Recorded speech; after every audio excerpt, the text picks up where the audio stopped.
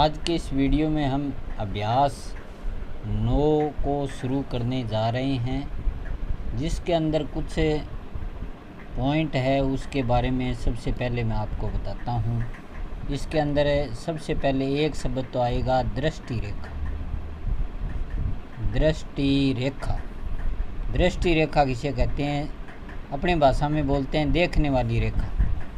जैसे ये समतल है, ठीक है, यहाँ पर इस पॉइंट के ऊपर कोई व्यक्ति खड़ा है और वो व्यक्ति यदि साइड में कोई वस्तु को देख रहा है तो जो देखने वाली रेखा है उस रेखा को कहते हैं हम दृष्टि रेखा। अब उसके बाद में दो कोण आएंगे। एक तो कोण आएगा उन्नयन कोण। उन्नयन कोण किसे कहते हैं? देखो, जैसे समतल पर कोई व्यक्ति खड़ा है, ये समतल है, इसके ऊपर कोई व्यक्ति खड़ा है, वो व्यक्ति कुछ ऊंचाई पर कोई वस्तु देख रहा है, तो आँख के जस्ट सामने जो रेखा होती है वो रेखा क्षैतिज रेखा होती है। क्षैतिज रेखा। और क्षैतिज रेखा से ऊपर कोई वस्तु अगर पड़ी है, जैसे यहाँ पर कोई वस्तु है, तो ये देखने वाली रेखा हो गई दृष्टि रेखा। ये क्षैतिज रेखा, दोनों के बीच में जो भी कोण बनता है वो उन्नयन कोण होता है। उन्नयन कोण यानी क्षैतिज रेखा से ऊपर की ओर स्थित कोई वस्तु को देखने के लिए जो रेखा होती है दृष्टि रेखा, उन दोनों के बीच में जो कोण बनता है वो उन्नयन कोण होता है। अवनमन कोण, अवनमन कोण है।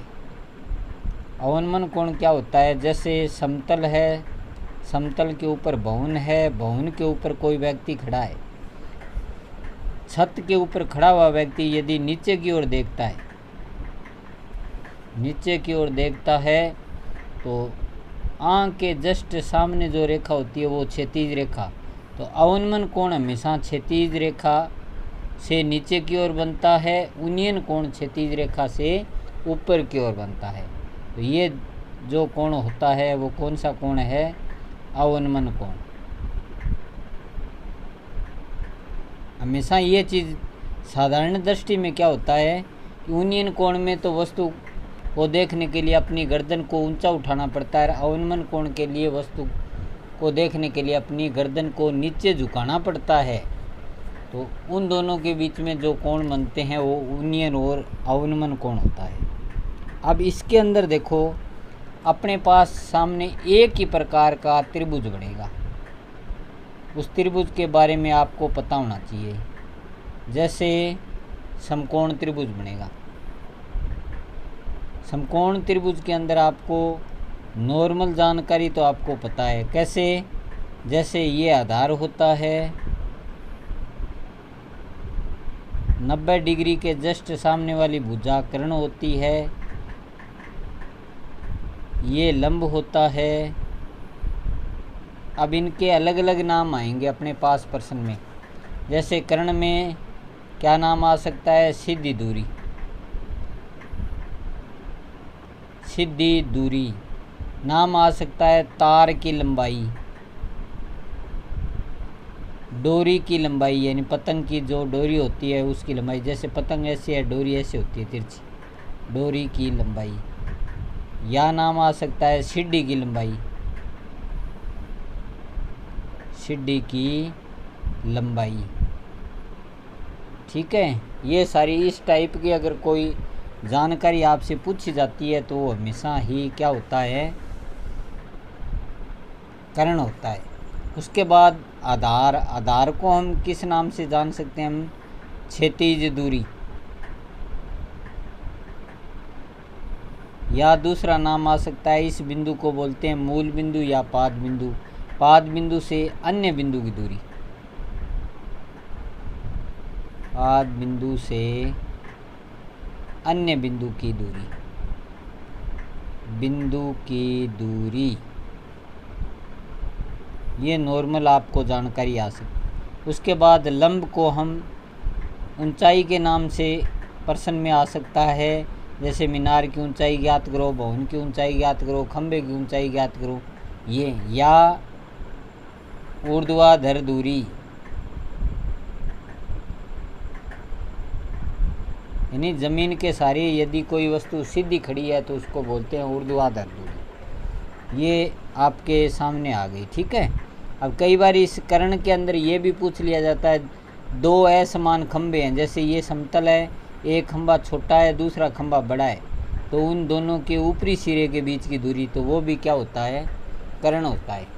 इसके अंदर आपको केवल एक ही लॉजिक काम में आता है, कौन सा, लाल बट्टे कक्का वाला।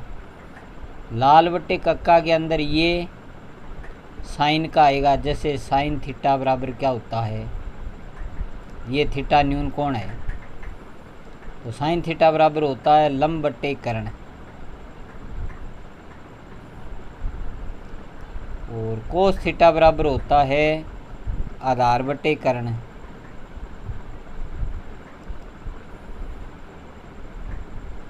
और टैन थीटा बराबर होता है लंब बट्टे आधार।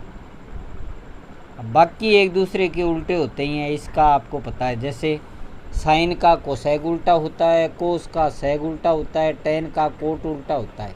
इसमें आपको आवश्यकता नहीं पड़ेगी, आप इन तीनों का प्रयोग करते हुए प्रश्न को हल कर सकते हो। तो इसके अंदर क्या है, एक चीज़ आप ये ध्यान रखना, परीक्षा के अंदर वार्षिक परीक्षा में कोई भी लगभग प्रश्न पूछा जाता है तो केवल टैन से संबंधित पूछा जाता है, क्योंकि जिस प्रश्न के अंदर दो कोण अपने पास दिए हो तो केवल इसका प्रयोग होता है 99%, ठीक है। अब ये तो आपको इनके बारे में जानकारी मैंने नॉर्मल बता दी। अब मैं इस अभ्यास का प्रश्न नंबर 1 शुरू करने जा रहा हूँ, तो थोड़ा सा ध्यान से देखना आप। अब क्वेश्चन नंबर 1 देखो, क्या दे रखा है अपने पास, सर्कस का एक कलाकार एक 20 मीटर लंबी डोरी पर चढ़ रहा है। डोरी की लंबाई मैंने आपको बताया, जैसे इसके अंदर जो अच्छी तरह से तनी हुई है और भूमि पर सीधे लगे खंभे के शिखर से बंधा हुआ है। यदि भूमि स्तर के साथ डोरी द्वारा बनाया गया कोण 30 डिग्री का हो तो खंभे की ऊंचाई ज्ञात करो। जैसे इसमें कोण एक ही दे रखा है, यदि कोण एक ही दिया हो तो सबसे पहले आप एक समकोण त्रिभुज का चित्र बना लेंगे। ये डोरी है, ये क्या दे रखी है अपने पास, डोरी दे रखी है, ये डोरी, इसका ए, ये आ गया बी, ये आ गया सी। डोरी की लंबाई, डोरी हमेशा कर्ण होती है, तो कर्ण का मान कितना दिया है, 20 मीटर दे रखा है, कर्ण का मान 20 मीटर। अब कोई व्यक्ति इस डोरी की सहारे से ये चढ़ रहा है यहाँ पर, ठीक है। उसके बाद नीचे देखो क्या दे रखा है, भूमि स्तर के साथ, ये भूमि का स्तर है, इसके साथ ये डोरी कितने डिग्री का कोण बनाती है, 30 डिग्री का कोण बनाती है। तो खंभे की ऊंचाई ज्ञात करो, ये खंभा है, क्योंकि डोरी का निचला भाग तो ज़मीन से जुड़ा हुआ है, ऊपरी भाग है वो खंभे के ऊपरी शिखर से बंधा हुआ है, ठीक है। तो आपसे खंभे की ऊंचाई पूछिए, इस ऊंचाई को मैंने क्या मान लिया, h मान लिया, h मीटर, ठीक है। अब देखो सबसे पहले इस टाइप का कोई भी प्रश्न आए तो आप ऐसे लिखोगे, माना खंभे की ऊंचाई, खंभे की ऊंचाई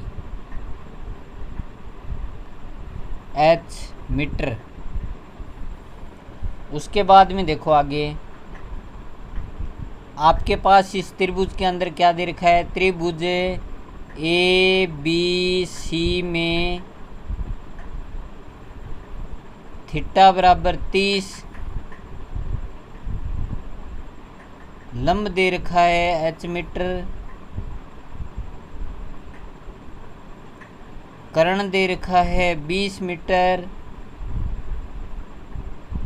अब इसके अंदर देखो लंब और कर्ण, लाल बट्टे कक्का में लंब कर्ण किस में दिया, देखो पहले में आ जाता है साइन में, तो साइन वाला सूत्र लगाते हैं। देखो साइन थीटा बराबर लंब, तो लंब और कर्ण थीटा का मान अपने पास 30 डिग्री दे रखा है और लंब दे रखा है एच, कर्ण दे रखा है 20, साइन 30 का मान सारणी के अंदर 1/2 है। यह आ गया h/20। तिरछा गुणा करें 2h बराबर 20, 2 से गुणा हो रहा है आगे जाते ये भाग में, तो h बराबर हो जाएगा 20/2 अर्थात h बराबर 10 मीटर आ गया। कितने मीटर है? 10 मीटर। अतः खंबे की ऊंचाई कितनी आ जाएगी? खंबे की ऊंचाई बराबर 10 मीटर है, जो कि आपने ऊपर क्या माना था, यहाँ पर h मीटर माना था, तो इसका मान क्या आ गया? 10 मीटर आ गया।